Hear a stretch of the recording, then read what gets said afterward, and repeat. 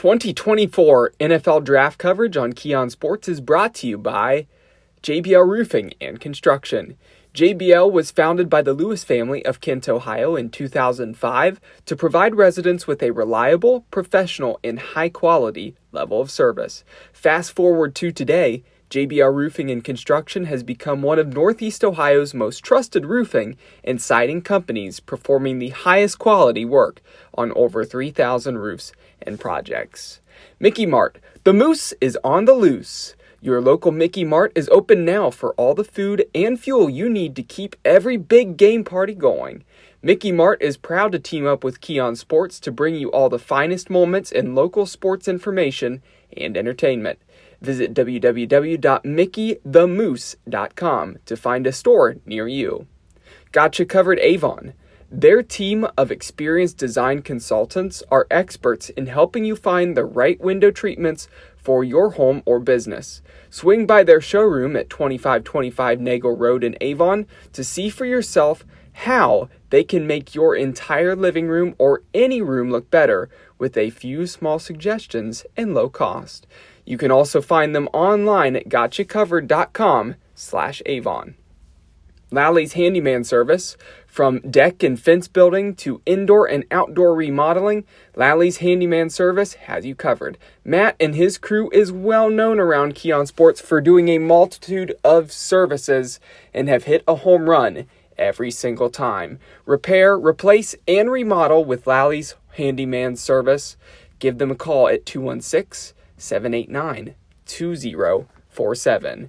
Lou Grosso Accounting and Tax Services. Your taxes and accounting needs must be handled by the very best so you can rest easy. You can have that comfort of knowing your money is being handled by the experts with Lou Grosso Accounting and Tax Service. They prepare individual, corporate, nonprofit, and small business tax returns. They also specialize in investment accounting and managing clients' QuickBooks with over $275 million in assets accounted for. Located in Avon, they prepare your federal, state, and city return, which includes e-file and direct deposit. Please visit their website, www.lougrossotax.com, for more information. And Every Step Senior. Every Step Seniors is a full-service relocation service helping seniors to downsize and move. They handle every step of the way, including packing, moving, setup, home cleanouts, donations, and home sale prep services.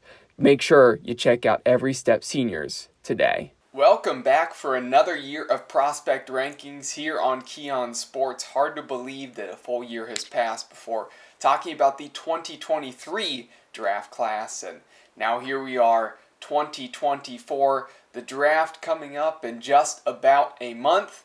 An opportunity to get things going here. 11 jam-packed days, a lot to talk about. And last year, I actually started on the defensive end and went with the edge rushers first, worked all the way through the positions, and ended with the quarterbacks. This year, we're going to flip the script. We're going to start with the quarterbacks and get things going here right now. Day one, about to get going. If you haven't hit subscribe on the channel already, make sure you do so, and let's get going. Number 3 for the quarterbacks, Jayden Daniels of LSU. He's an elusive quarterback with lethal feet, pure athleticism and speed. He can evade pressure with ease, run smooth, and he actually makes plays pretty constantly. There's a reason why he was the Heisman Trophy winner this past year. Again, might talk about somebody else here in these top 3 prospects that I thought maybe should have won it instead of Daniels, but Daniels absolutely deserved to be in that conversation. In my opinion, should have been the runner-up, but again, he still won it because he made so many plays at the college level. He's developing as a pocket passer still, but he has nice length. He's got a quick release, and he's very accurate when it comes to his short and intermediate throws. His throwing motion may need to be refined a little bit in the NFL, and he's currently working on some consistency. He's lacking that right now when he's uncorking his throws downfield. Like I said, the short stuff, the intermediate stuff, just fine for Daniels, but being pinpoint, accurate, and finding that consistency on the deep ball, that's something that's going to maybe take a little bit of time. Slender build, and sometimes makes bad decisions in the sense of taking too many hits. He needs to get down. Those massive hits, they're going to add up very quickly in the NFL, and the concern is, of course, injuries due to that slender frame. Daniels has one of the highest ceilings of any prospect in this class. The only thing is there is a slight project aspect when it comes to him as a passer. The running ability is excellent as long as he learns to get down and slide and not take too many hits. But as for the passing side of things, there's going to be some growing pains here at the next level, at least for the first year or two. So he's going to have a long leash with the team he's selected by, because the likelihood is Daniels is going to be starting right away. My player comparisons for him, of course, Lamar Jackson. The running ability, the slender build, very similar in the way that those two operate, the way that they move. Jackson might have been even a slight bit more elusive than Daniels, but Daniels has that fast running ability. And Jackson took some time to develop as a passer. He's gotten better over time. Daniels, it's probably going to be the same type of trajectory for him as well. Malik Willis could be the other one to compare him to. Obviously, I think he's a better player than Willis was coming out, but that elusiveness, but also the ability to air it out is pretty close, at least in the sense of Willis did have some issues with his downfield accuracy. Daniels, that's where he's a little bit inconsistent as well. My projection for him, he's going to be a top 10 pick, very possibly a top 5 pick, top 3 even, but top 10 is safe. There's no possible way that he slides out of that top 10 in this class. My best fits for him, the New York Giants. Daniel Jones, he's had his injury issues. There's concerns about him with that Giants organization and talks about potentially moving on from him. The Giants could be a good fit. And without Saquon Barkley, they need somebody to be able to run that football, and he may end up being the best productive runner if they take him. Washington. Washington would be an excellent fit for Daniels. They have great wide receivers in the sense of Terry McLaurin. Jahan Dotson's just needed to find the football a little bit more, and he needs a quarterback to be able to throw him that football. So that may help him as well in his production. Those two guys, at least with Daniels, think could probably make something happen there with the Commanders.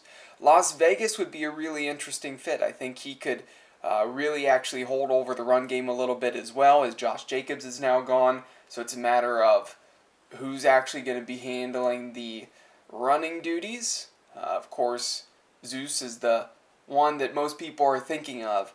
But the question is, will it actually be him, or will the Raiders take a running back in the draft? But the addition of Daniels, if he can slide to them, would be great for the run game. And my wild card, Chicago. If they for some reason decide that they actually like Daniels better than Caleb Williams, the likelihood is unlikely on that, but it would make some sense that he might fit in well with that team. At number 2, Michael Penix Jr. of Washington. He is underrated in my eyes. He's the guy I felt like should have won the Heisman this past year. Maybe he doesn't have that flashiness, that running ability of Jayden Daniels, but he is the best pocket passer in this class. The purest thrower of the football. He displays pinpoint accuracy and picks apart defenses. The lefty is excellent with his pre- and post-snap reads. He can scramble when needed, and he layers his throws better than any other prospect. That's something I haven't really talked about much in this class. When you go and look at the articles here, again, he has the ability to pick apart a defense at every single level. Not a true runner, but that scramble ability also is good enough that he can escape that pressure when need be. But as I mentioned before, he is a true pocket passer. He knows how to exploit those weaknesses of the defense, and he can honestly throw for 40 times a game consistently. He's used to that at Washington, did that at Indiana as well, and was successful there. Penix likes to put it in the air, and he will continue to do so. After making a mistake, he has a short memory, and he will continue to keep attacking. He's not afraid of making mistakes, and obviously it can result in some interceptions, but I like that fearlessness to continue to go out there, air it out, regardless of how things are going. He does have a lighter frame, and his throwing motion is a bit unorthodox, so it's something to pay attention to at the NFL level. He's an older prospect, so he's not going to have probably as many years in his career as some of these other guys. And he has an extensive injury history, which is 100% a concern with Penix. The only thing is, he is probably one of the most ready to start guys right now because of his throwing ability. I think he could lead a team's offense and be productive instantly. My player comparisons for him, C.J. Stroud. Stroud was the best pure pocket passer of last year's class, and Penix is that guy in this class. Stroud was my number 1 last year, though. Penix comes in at number 2. Might be closer than many people expect, though. And, of course, Mark Brunell. Brunell, one of the best lefty quarterbacks I can think of, at least in recent memory in my lifetime. And Brunell might have had a little bit of an unorthodox throwing style from my memory of watching him play, and that might be similar to Penix as well. My projection is mid-first to second round, and if anybody lets him get to the second round, they are making a major mistake here. Hard to imagine he gets out of the first, but if he makes it to the second, Penix will be a 100% steal in the second round. My best fits for him, Denver. Denver, they need a quarterback after letting Russell Wilson go. They need some new energy there. They want to get that ball out to Courtland Sutton. They don't have a ton of wide receiver weapons right now, which is an issue for them. Would be unfortunate for Penix to not have the plethora of receivers that he had at Washington in college, for instance. But if Denver can build a little bit, you do have that throwing ability, that arm of Penix, and getting him in the first could be a huge win for them. Minnesota, getting Michael Penix Jr. paired with Justin Jefferson, Jordan Addison, and TJ Hawkinson would be unreal. It actually may be a step up in some ways over time from Kirk Cousins. Cousins was a great quarterback, an excellent veteran, but the thing is, he's starting to get older, and Penix, even though he's one of the older prospects, he's still much younger than Kirk at this point. He would have years to come of being able to air that out in Minnesota, and you might actually see that be potentially the best fit of any fit for him. Washington's another great fit. If for some reason they don't take a quarterback in the first couple of selections this year, then they could pull the trigger maybe when it gets back to them in the second if he is somehow there. And Seattle would be another nice fit. Keep him in Washington. Maybe he sits behind Geno briefly, but DK Metcalf, Tyler Lockett, Jackson Smith, and Jigba be a great plethora of receivers, weapons for Penix to distribute that football to. And at number 1, no surprise, Caleb Williams of USC. He's the best quarterback in this class, but the gap is a bit marginal. He's not my number 1 overall prospect. He's not even number 1 by a long shot at quarterback. But even though Penix and Daniels may be nipping at his heels, in my mind, his strong arm, good accuracy, and the ability to make plays off schedule put him above everybody else just a slight bit more. He's a strong runner and prefers to throw the football despite being able to run, but he does really well on the move and launching that ball downfield. He has that it factor to make big plays. He can throw from different arm angles and looks like a true athlete out there on the field. He's a sturdy build, but he does lack height, one of the knocks on Williams, and sometimes he does hold the ball too long when he needs to release it a little bit sooner, relying on that athleticism. Was able to sometimes get away with it at USC. In the NFL, could be a different story. He had a slight drop-off in production this past season, and part of that, well, his team also had a drop-off in how they played and had a bad slide at the end of the year. Some of that has to do with him. A lot of that's just overall as a team, they hit their struggles.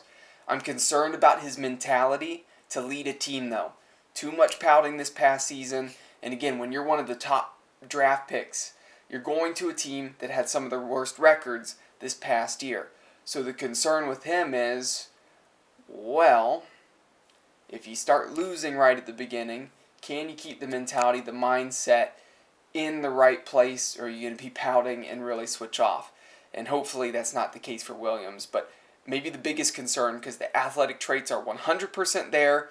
If he can get over the mental aspect and be a good leader, he could be an elite player at the next level. Player comparisons, Patrick Mahomes, the different arm angles, being able to improvise, make plays happen on the run. And then Deshaun Watson as well. And the main thing with Watson, he's a guy who's been able to, throughout his career, make plays on the move. But the biggest thing is Watson has the tendency to hold on to that football too long. And I think that's where Williams has his struggles as well. He needs to learn to release it a little bit sooner because, again, when you hold on to it for too long, you take some unnecessary hits, and Watson has done that throughout his career too. My projection is top 3 for Williams. Let's face it, he's probably going to go number 1, but no way he gets out of the top 3 if he isn't selected at that first spot. Best fits for him? Well, I think Washington's actually the best fit. He's a DC boy. Cliff Kingsbury now being there could be an excellent fit for him. To me, it makes the most sense for him to be in Washington. But the likelihood of that, probably not going to happen unless Washington decides to pull the trigger, use one or a couple of their 6 picks in the first 100 selections of this draft to try to move up to number 1. New England wouldn't be a bad fit for him. Probably not going to get to New England either. Chicago, another good fit. And Chicago, now that Justin Fields is gone, the path is clear for them to likely select Caleb Williams at number 1 unless for some reason they decide they want to pull the trigger on maybe Jayden Daniels, for instance. But the likelihood, I'm going to say right now, it's probably about a 95% shot that Williams is that number 1 pick. Wild card, if somehow a miracle happens and Las Vegas wants to come up, I actually think that would make a lot of sense as well. But, again, they'd really have to make a big move and a big swing to get up to number 1, or else no chance of Las Vegas getting Caleb Williams. That does it for the first day of prospect rankings. Quarterbacks all wrapped up. Good time talking about these couple prospects. Make sure you pay attention to the full articles on KeonSports.com. If you haven't hit the subscribe button, as I mentioned at the beginning of this, make sure you do so. Running backs coming up tomorrow. I'll be back with you very soon.